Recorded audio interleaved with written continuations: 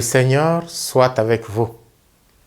Ce 15e dimanche du temps ordinaire nous aide à comprendre le mystère du choix de Dieu.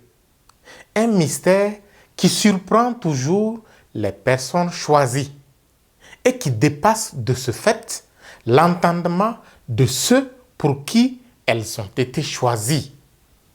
Après avoir parcouru les 4 textes de ce dimanche, c'est-à-dire la première lecture, le psaume, la deuxième lecture et l'évangile, je me suis rappelé ma propre histoire de vocation. À la fin de ma 5e année de grand séminaire, j'avais presque décidé de tout abandonner. J'avais informé mon père, ma mère et un grand frère de mon désir de tout abandonner.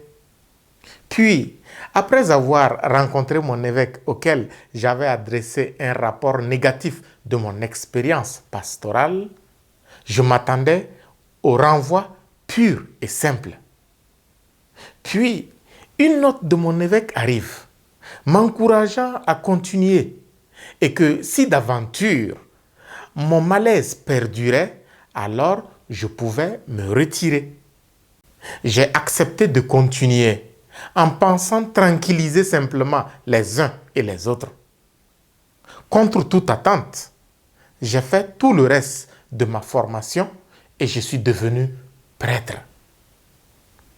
Quand on me demande aujourd'hui comment je suis devenu prêtre, il m'est toujours difficile de donner une réponse convaincante, sûre et certaine. Je ne vous ai pas raconté mon histoire pour faire de la publicité. Dans la première lecture, quand on demande au prophète Amos de s'éloigner de Bethel pour gagner sa vie, il répond sèchement: je n'étais pas prophète, ni fils de prophète. J'étais bouvier et je soignais les sycomores. Mais le Seigneur m'a saisi quand j'étais derrière le troupeau. Et c'est lui qui m'a dit: va, tu seras prophète pour mon peuple Israël. Ce mystère ne dépendait donc pas de Amos. Saint Paul, dans la seconde lecture, le confirme. Il nous a choisis dans le Christ avant la fondation du monde. Il nous a prédestinés à être pour lui des fils adoptifs par Jésus le Christ. On n'est donc pas disciple par mérite. Enfin, l'Évangile nous montre Jésus qui choisit et envoie ses disciples sans qu'ils n'aient pris eux-mêmes cette décision. Le vrai pasteur n'est pasteur en définitive que parce que Dieu le veut, rien d'autre. Je dis bien le vrai pasteur parce que les hommes ont trafiqué la religion et des politiciens s'en sont emparés contre la volonté de Dieu. Voilà pourquoi le vrai pasteur est également combattu. Amasias, dans la première lecture, s'en prend à Amos avec véhémence. Et Jésus, dans l'Évangile, sait bien que certains de ses disciples ne seront pas accueillis.